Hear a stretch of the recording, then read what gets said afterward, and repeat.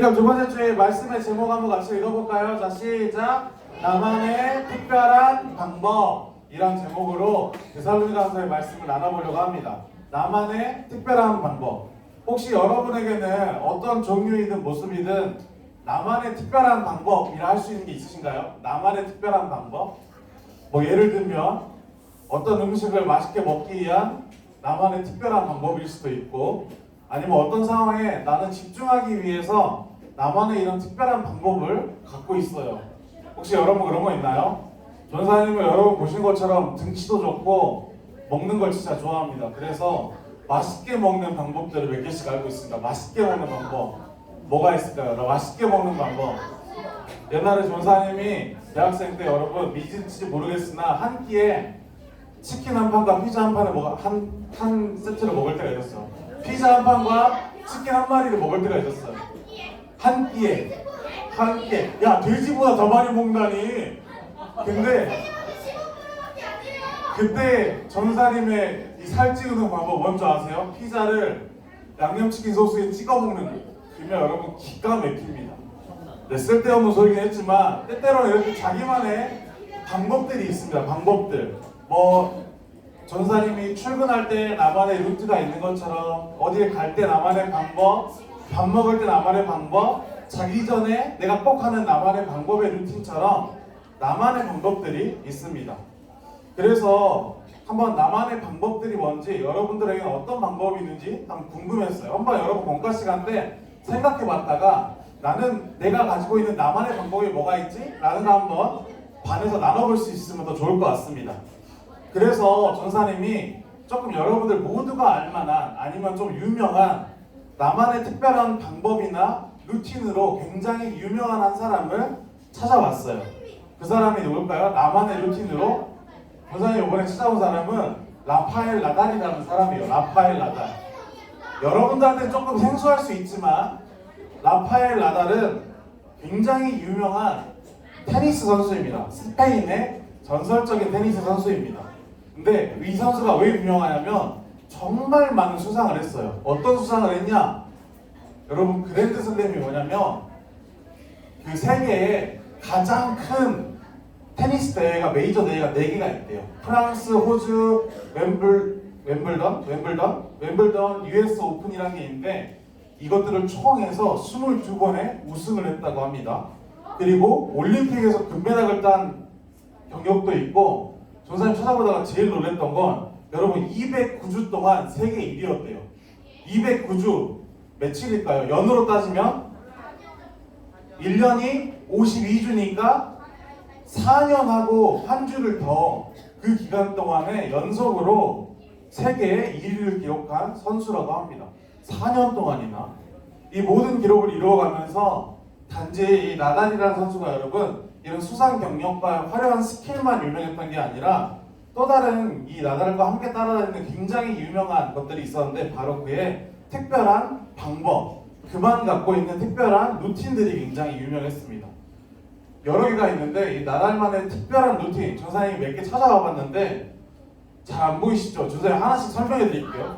나달은 왼쪽 첫 번째 그림은 뭐냐면 들어갈 때 왼손에는 라켓을 하나만 들고 오른손 어깨에는 라켓이 5개가 든 가방을 들고 들어갔어야 됐대요.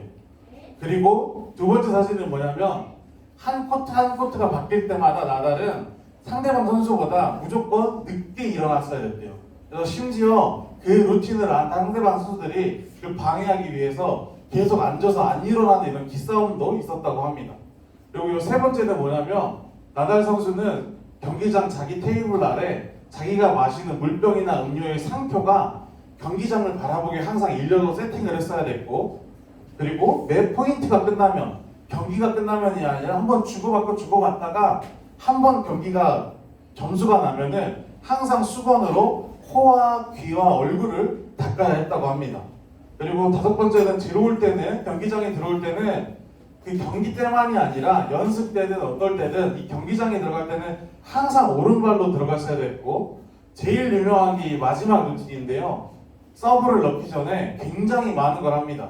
바지 한번 만지고, 옷 만진 다음에 밴드 만지고, 오른손으로 귀, 코, 왼쪽 귀, 코, 오른쪽 귀, 코, 바지 만져야 서브를 넣는 독특한 자기만의 루틴이 있었답니다. 이렇게 한 다음 왼손잡이니까 이렇게 하고 오른손으로 바지 만지고 귀 만지고 코 만지고 귀 만지고 코 만지고 다시 바지 만지고 이러면서 자기만의 독특한 루틴들을 항상 지켜왔대요. 모든 경기, 모든 시합, 모든 포인트마다 이걸 다 지켰던 거예요. 근데 이건 6개지만 사실은 그의 루틴은 총 12가지나 있다고 합니다.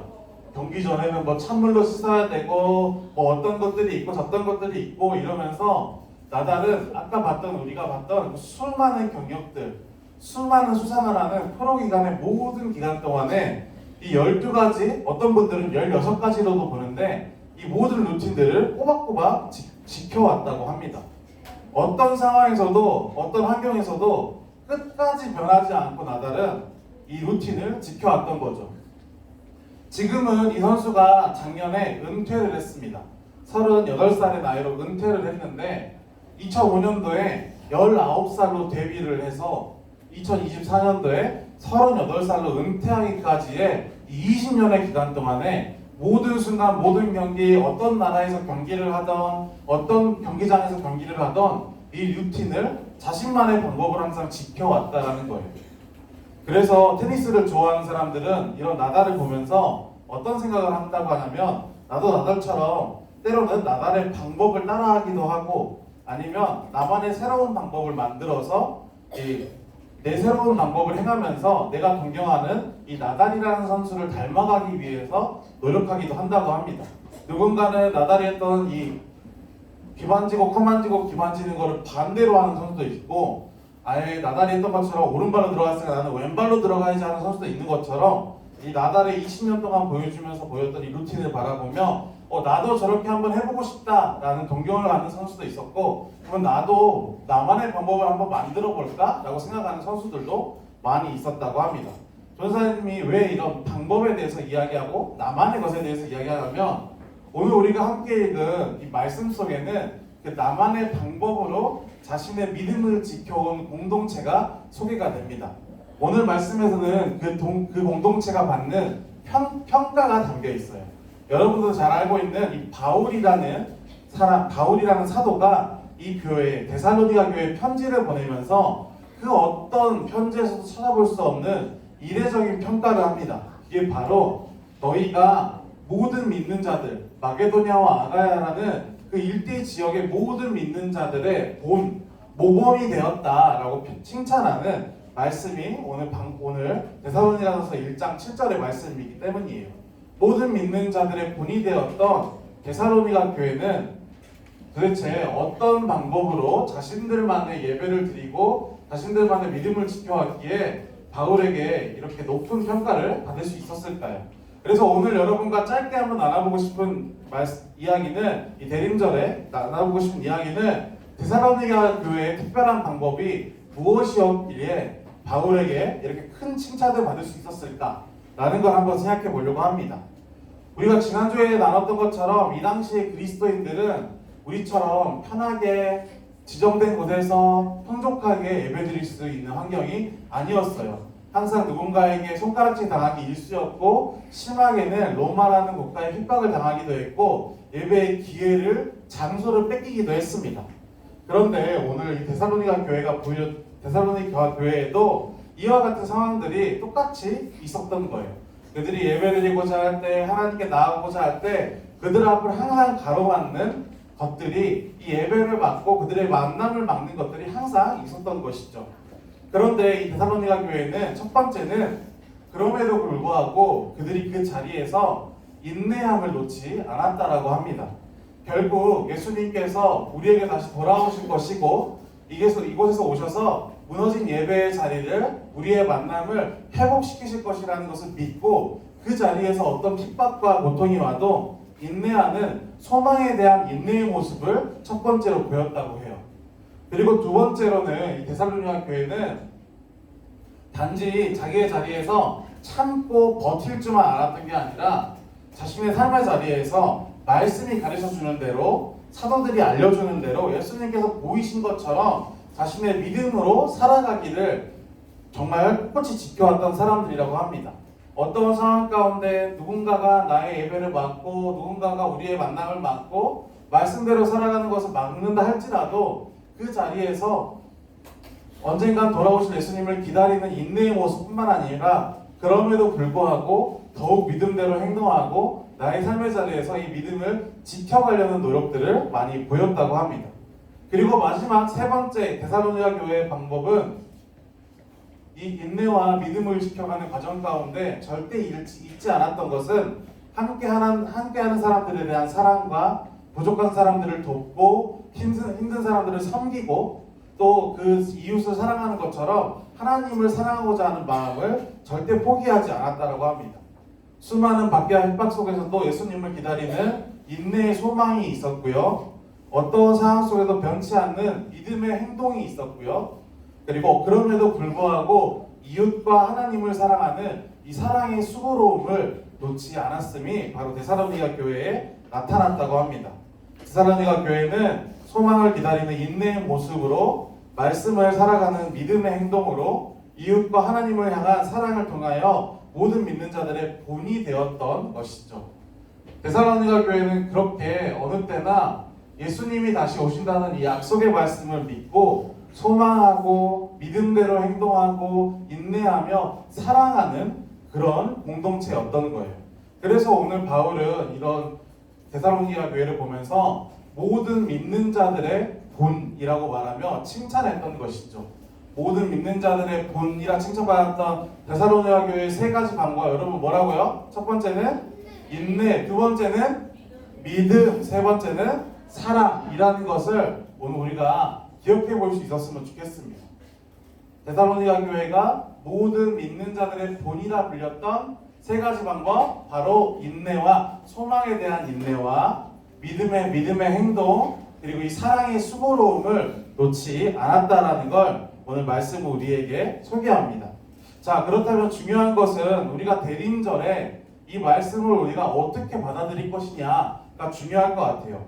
여러분, 오늘 우리가 나누고자 하는 이 설교의 제목이 뭐였죠? 처음에 나만의 특별한 방법이었어요. 우리는 여러분 대림절을 같이 보내고 있습니다.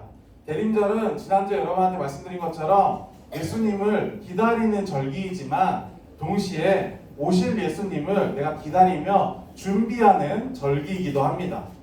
그런 우리에게 오늘 데살로니가 전서의 말씀은 예수님을 기다리는 또 그리고 오심을 준비하는 나만의 특별한 방법은 무엇인지 물어보고 있습니다. 데살로니가 전서의 말씀은 여러분에게 너희들은 너만의 특별한 방법이 뭐야? 라고 물어보고 있는 것이죠. 우리에게 묻는 겁니다. 여러분은 이 대림절의 기간을 예수님을 기다리기도 하고 오실 예수님을 준비하는 이 기간, 어떤 여러분의 방법으로 예수님을 기다리고 계시나요? 오늘 한번 이 여러분들의 공과 시간, 또 만남의 시간 가운데 그 방법을 생각해보고 나눠볼 수 있는 주일의 예배가 되었으면 좋겠습니다. 또 만약에 저는 어떤 특별한 방법이 없어요, 방법 어떻게 될지 모르겠어요 라고 하는 친구가 있다면 한번 데살로니가 교회의 모습을 생각하면서 인내, 사랑, 믿음이라는 이 세 가지 모습을 내가 어떻게 나타낼 수 있을까를 한번 생각해 볼 수 있는 오늘 예배의 시간이 되었으면 좋겠습니다. 그렇게 나만의 방법을 품고 예수님을 기다리고 예수님의 오심을 준비하는 우리 소년부 모두의 모습, 또 주신 한 주의 모습이 되기를 진심으로 소망하고 기도합니다. 우리 말씀을 생각하면서 우리 기도하고